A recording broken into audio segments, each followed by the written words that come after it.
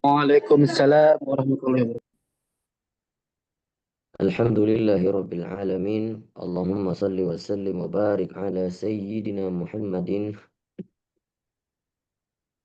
miftahi babi rahmatillah adada ma fi ilmillah salatan wa salaman daimaini bidawami mulkillah wa ala alihi wa sahbihi wa mawalah amma ba'd. Subhanaka la ilma lana illa ma 'allamtana innaka antal alimul hakim. Rabbi syrah li sadri wa yassir li amri wahlul 'uqdatam min lisani yafqahu qawli. Qala Rasulullah sallallahu alaihi wasallam khairukum man ta'allama al-Qur'an wa 'allamah. Wa qala fi haditsin ghairi man salaka tariqan yaltamisu bihi 'ilma sahalallahu lahu bihi tariqan ilal jannah. Atau kama qala Rasulullah sallallahu alaihi wasallam. Baik, alhamdulillah, puji dan syukur kepada Allah Subhanahu wa taala yang pada malam hari ini alhamdulillah kita masih diberikan kesempatan oleh Allah Subhanahu wa taala untuk bertemu kembali guna untuk melanjutkan kajian kita, dan semoga langkah-langkah kita akan selalu dibimbing oleh Allah Subhanahu wa taala agar terus bersemangat menambah nutrisi-nutrisi iman dan juga menambah ilmu-ilmu dalam mengkaji agama Allah. Baik, pada malam hari ini kita akan melanjutkan kembali kajian kita di pada kitab Syama'il Muhammadiyah. Kitabnya Al-Imam Ismail At-Turmudi. Baik, alhamdulillah kita sudah sampai di dalam bab tentang syairnya baginda Nabi sallallahu alaihi wasallam. قال المصنف رحمه الله تعالى ونفعنا به وبعلومه في الدارين آمين يا رب العالمين. إلى أن قال باب في صفة كلام رسول الله صلى الله عليه وسلم في شعر. Hari ini bahasannya tentang syair. Bagaimana Rasul sallallahu alaihi wasallam mengapresiasi syair. Syair itu adalah bentuk kalimat, kata-kata di dalam bahasa Arab yang ada polanya, atau di dalam bahasa Arab disebut dengan qawafi. Qawafi itu adalah pola. Maka setiap kalimat-kalimat yang yang familiar atau yang tenar di kalangan bangsa Arab dulu itu adalah kalimat-kalimat yang mereka sebut sebagai syair. Syair ini adalah suatu karya yang sangat dibangga-banggakan oleh bangsa Arab sebelum Nabi Shallallahu Alaihi Wasallam hadir, sebelum Nabi Shallallahu Alaihi Wasallam lahir. Karenanya bahwasannya kalimat syair itu adalah kalimat yang sangat diagung-agungkan oleh bangsa-bangsa Arab terdahulu. Maka dulu nggak heran kalau mereka itu suka membawa membuat kompetisi, ya, kompetisi syair yang terbaik.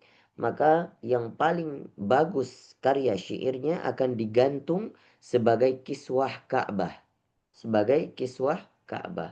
maka banyak sekali kalau kita mempelajari bagaimana syair-syair, banyak sekali orang-orang jahiliyah terdahulu yang juga mahir di dalam membuat syair. Maka oleh karena itu karena syair tersebut digemari oleh bangsa Arab, sehingga Allah Subhanahu wa taala menurunkan Al-Qur'an juga dengan bahasa yang berpola.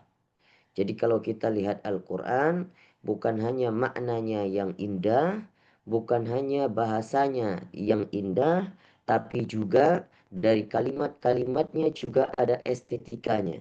Ya, dari mulai tulisan hingga bacaan-bacaan dan juga penyusunan kalimat yang padu dan berpola, itu ada nilai estetika di dalam Al-Quran yang sangat tinggi.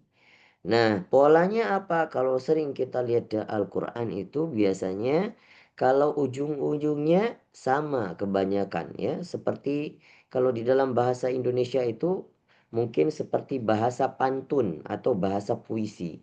Jadi kalau kita lihat di dalam Al-Quran, Qul huwallahu ahad. Nah, maka ujungnya adalah had. Dan juga ayat setelahnya Allahus samad, mad. Jadi hal-hal itu adalah bahasa yang berpola. Maka orang-orang Arab dulu sangat suka dengan bahasa syair. Kita bacakan hadisnya.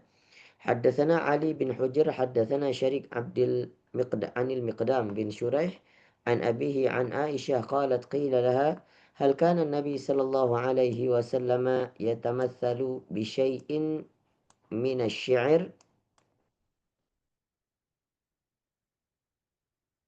قالت كان يتمثل بشعر ابن رواحة ويتمثل بقوله ويأتيك بالأخبار ما لم تزود. Di dalam sekali kesempatan bahwa ada seorang sahabat yang bertanya kepada Ibunda Aisyah, wahai Ibunda Aisyah, apakah Rasul Shallallahu Alaihi Wasallam pernah melantunkan syair? Apa kata Ibunda Aisyah? Pernah. Beliau bahkan mengkopi atau pernah menyalin kembali bahasa yang pernah diungkapkan oleh Ibn Rawahah. Ibnu Rawaha, salah seorang penyair di masa Nabi Shallallahu Alaihi Wasallam. Apa kata Ibnu Rawaha? Bahasanya adalah wa ya'tika bil akhbari ma lam tuzawwid. Maka akan datang pada suatu ketika orang yang memberi kabar yang tidak engkau beri bekal. Maksudnya orang yang tidak pernah memberi yang tidak pernah kita beri bekal, istilahnya yang nggak pernah kita, bahkan yang tidak dekat sama dengan kita, itu bisa jadi orang tersebut yang bahkan membawa kabar gembira kepada kita. Nah, itu adalah sebagian makna daripada syairnya Ibn Rawaha. Hadis selanjutnya, haddatsana Muhammad bin Bashar, haddatsana Abdurrahman bin Mahdi, haddatsana Sufyan Ats-Tsauri an Malik bin Umair, haddatsana Abu Salamah an Abi Hurairah qala, berkata Abu Hurairah, qala Rasulullah sallallahu alaihi wasallam, berkata Rasul sallallahu alaihi wasallam, inna asdaqa kalimatin qalaha syair kalimatun labid. Kata Rasul sallallahu alaihi wasallam, ternyata ada kalimat yang paling favorit bagi Nabi Shallallahu Alaihi Wasallam, yaitu kalimat yang pernah diutarakan oleh seorang penyair yang namanya Labid. Labid. Apa kata si Labid? Ala kullu syai'in ma khalaqallaha batil. Ya, kata Labid, ketahuilah wahai manusia bahwasanya semua ciptaan Allah itu akan fana, akan batil, akan rusak. Wa kada Umayyah bin Abi Salat ayyuslima. Dari kata-kata ini, ya, dari kata-kata pernah diungkapkan oleh Labid, dan kata-kata itu ternyata sungguh sangat populer di bangsa Arab saat itu, maka hampir-hampir katanya Umayyah bin Abi Salat masuk Islam. Siapa Umayyah bin Abi Salat? Umayyah bin Abi Salat ini juga termasuk penyair yang sangat terkenal pada masa Nabi saat itu. Tetapi sayangnya Umayyah bin Abi Salat ini belum beriman, ya, tidak mau mengikuti agamanya Nabi Muhammad. Tetapi dia tidak termasuk orang yang membenci Nabi. Bahkan dia sering bertemu dengan Nabi, dia lantunkan syair-syair. Dia hanya seorang seniman saja, seniman, ya. Maka tetapi sayangnya dia belum beriman. Maka ketika mendengar kalimat labid yang pernah diutarakan, ketahuilah wahai manusia, sesungguhnya semua apa ciptaan Allah itu akan fana. Maka dengan kalimat itu Umayyah bin Abi Salat hampir masuk Islam, hampir masuk Islam, tapi belum, ya. Tapi tidak masuk Islam selama hayatnya. Maka oleh karena itu kalau kita lihat, bahasa syair ini adalah bahasa yang paling tajam. Bahasa yang paling ampuh untuk menusuk sanubari manusia. Jadi nggak heran kalau kita lihat begitu banyak pujangga-pujangga yang puitis bisa bermain kata sehingga lisannya itu bisa menembus hati seseorang ketika ia lantunkan bait-bait syairnya. Maka dalam hal ini kita simpulkan bahwa Nabi Shallallahu Alaihi Wasallam tidak melarang untuk membuat syair atau berbahasa seperti bahasa syair. Ya, bahkan di sana ada nilai seni, ada nilai estetika yang Nabi Shallallahu Alaihi Wasallam juga senang dengan syair. Ya, tetapi ada yang perlu digarisbawahi. Syair yang dimaksud oleh Nabi Shallallahu Alaihi Wasallam yang dibolehkan adalah syair yang tidak mengandung ejekan, yang tidak mengandung bahasa yang kotor, yang tidak mengandung bahasanya orang fasik, dan yang tidak melalaikan. Nah, ini yang diperbolehkan oleh baginda Nabi Shallallahu Alaihi Wasallam. Apalagi kalau seandainya syair yang dibuat oleh para ulama yang disebut dengan riwayat atau rawi-rawi. Kalau kita baca saat Maulid sekarang ada banyak ya riwayat-riwayat yang ditulis dalam bentuk syair seperti Simtud Durar, terus kemudian Ad-Dhiya'ul Lami', kemudian ada Barzanji. Nih gemarnya orang-orang Betawi biasanya Barzanji.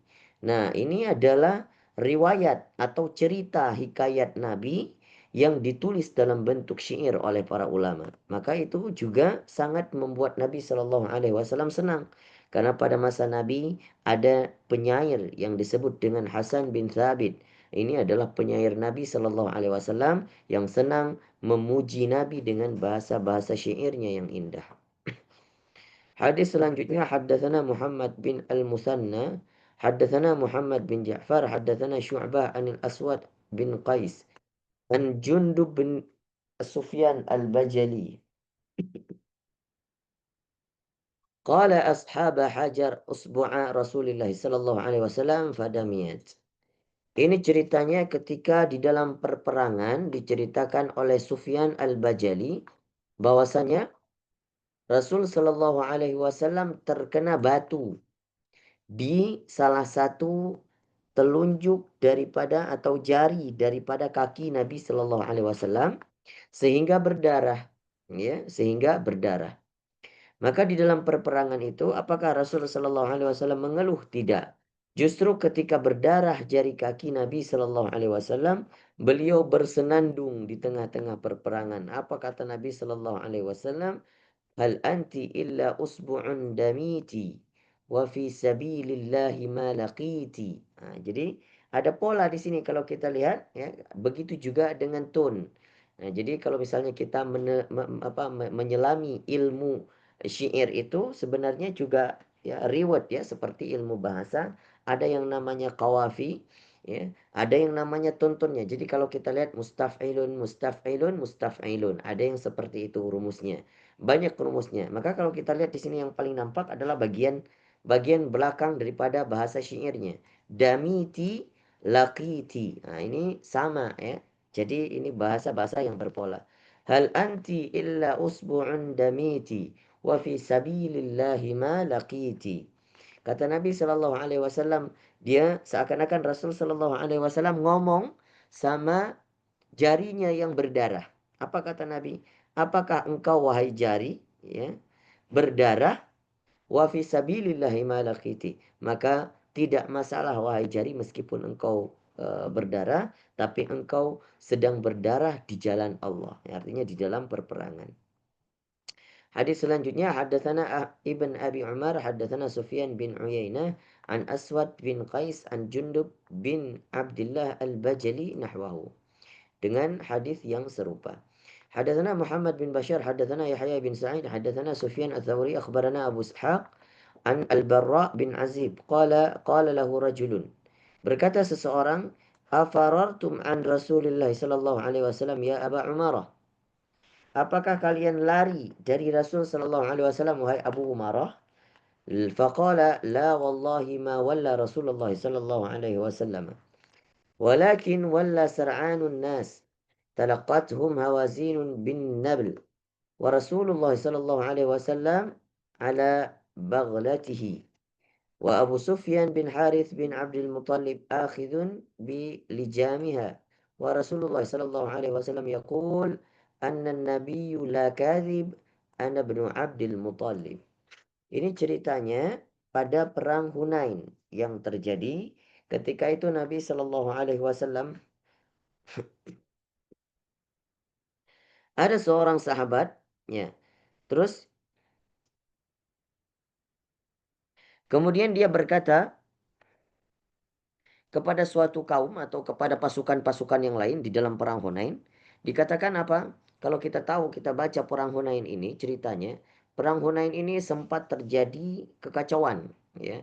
Karena banyak umat-umat muslim saat itu terpedaya dan juga sombong. Ya. Kalau misalnya di perang Uhud, kalau kita lihat banyak umat muslim itu terpedaya dengan harta rampasan perang. Tapi di perang Hunain mereka malah merasa sombong karena jumlahnya yang begitu banyak daripada lawannya. Nah, jadi umat muslim saat itu merasa senang, merasa sombong, ya. Ada di hatinya yang tidak benar. Saking demikian yang terjadi, maka peperangan itu agak sedikit berkecamuk dan juga kaum umat muslimin saat itu kocar kacir. Kocar kacir. Jadi sehingga tidak sesuai dengan strategi yang dibangun oleh Rasul Sallallahu Alaihi Wasallam. Maka kata seseorang saat itu, apakah kalian lari dari barisannya Nabi Sallallahu Alaihi Wasallam ya Aba Umarah? Ya, dikatakan kepada Abu Umarah. Kata Abu Umarah apa? La wallahi ma walla Rasulullah Sallallahu Alaihi Wasallam. Kita tidak lari dari dan tidak meninggalkan Rasul Sallallahu Alaihi Wasallam dalam perang Hunain. Kemudian ada yang berkata, wahai Abu Umarah, dia menjawab, ya, Rasulullah tidak lari, hanya saja orang-orang yang bergegas lari karena Bani Hawazin menghadang mereka dengan anak panah. Jadi sehingga yang lari itu sebenarnya barisan-barisan belakang daripada pengikut Nabi Shallallahu Alaihi Wasallam, tapi Nabi itu tidak lari. Kemudian Rasul Shallallahu Alaihi Wasallam saat itu berposisi di atas bighal. Bighal itu apa? Bighal itu adalah kendaraan yang berupa binatang, ya, tapi bukan kuda dan juga bukan keledai. Perpaduan antara kuda dan keledai. Jadi kalau kuda itu agak sedikit tinggi, kalau keledai itu atau disebut dengan himar itu pendek kakinya. Nah, bighal ini seperti perpaduan antara si kuda dan si keledai. Dia tingginya juga sedang, ya, tidak terlalu tinggi dan juga tidak terlalu pendek. Maka Nabi Shallallahu Alaihi Wasallam saat itu di atas bighalnya yang berwarna putih, kemudian melantunkan syair. Apa kata Rasul Sallallahu Alaihi Wasallam? Dengan kata-kata berani yang menantang kaum Hawazin saat itu, kata Nabi apa? Anan nabiyyu la kadhib, ana ibnu Abdul Muttalib. Aku adalah seorang nabi yang tidak pernah berdusta dan aku adalah keturunannya Abdul Muttalib. Nah, ini adalah bahasa yang dikatakan oleh Rasul Shallallahu Alaihi Wasallam untuk membakar semangatnya kaum muslimin, ya, atau pasukan-pasukan muslim. Nah, maka oleh karena itu di dalam hadis ini juga ada hikmah yang kita petik bahwasanya diperbolehkan untuk mencantumkan nasab langsung kepada kakek meskipun tidak disebutkan nama ayah. Nah, ini kalau kita lihat Abdul Muttalib ini adalah kakek Nabi Shallallahu Alaihi Wasallam. Nabi tidak mengatakan saya anaknya Abdullah, tapi saya anaknya Abdul Muttalib. Dia langsung Rasul Shallallahu Alaihi Wasallam langsung menasabkan dirinya kepada kakeknya.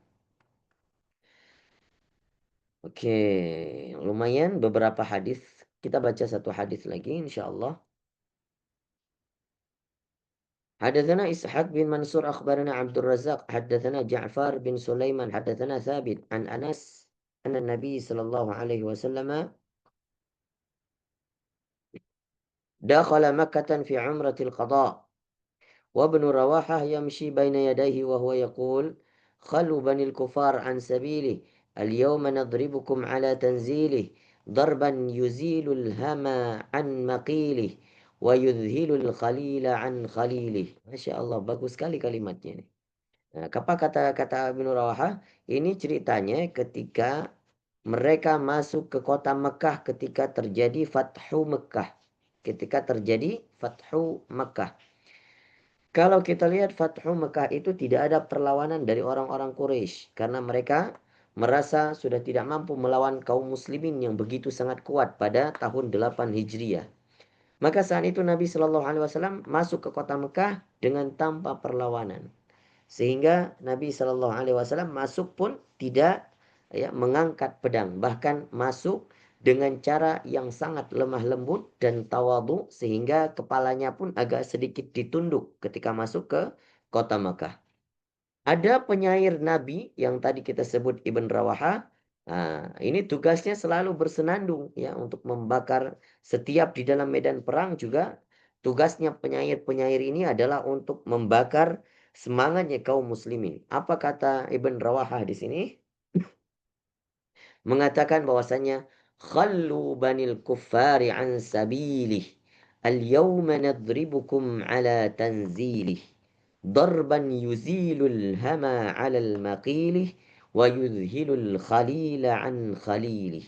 Nah, ini begitu indahnya bahasa syair yang dilanturkan Ibn Rawaha. Artinya adalah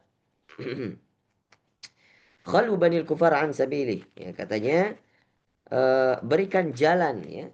Berikan jalan kepada anak-anak orang kafir. Ya.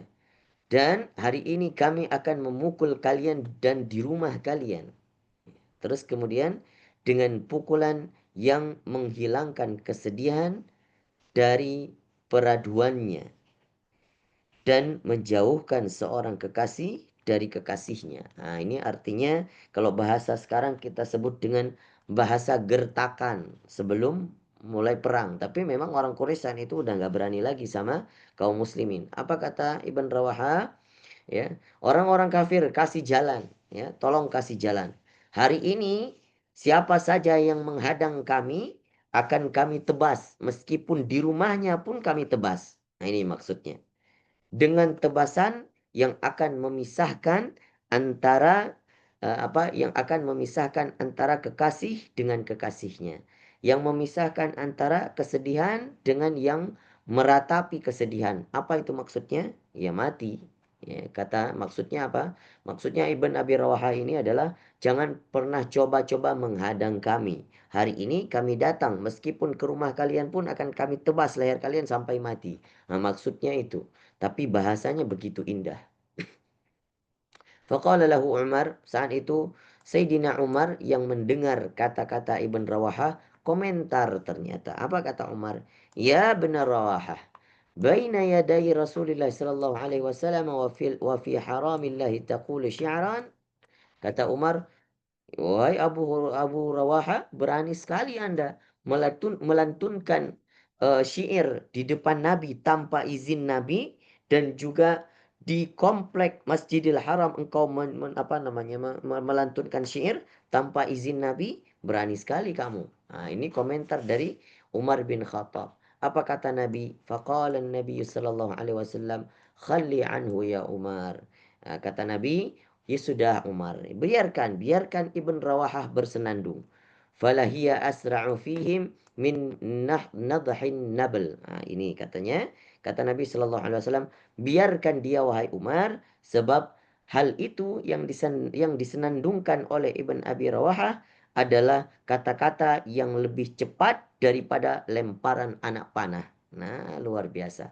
Nah, jadi kalau kita lihat bahasa yang seperti ini ternyata lebih cepat memukul mentalnya orang Quraisy daripada anak-anak panah yang menghujam mereka. Ternyata lebih tajam bahasa lisan untuk menembus sanubari atau hati-hati orang Quraisy, atau untuk menekan psikisnya, atau untuk menekan mentalnya orang-orang Quraisy sudah ditekan duluan oleh Ibn Abi Rawahah dengan syairnya. Subhanallah.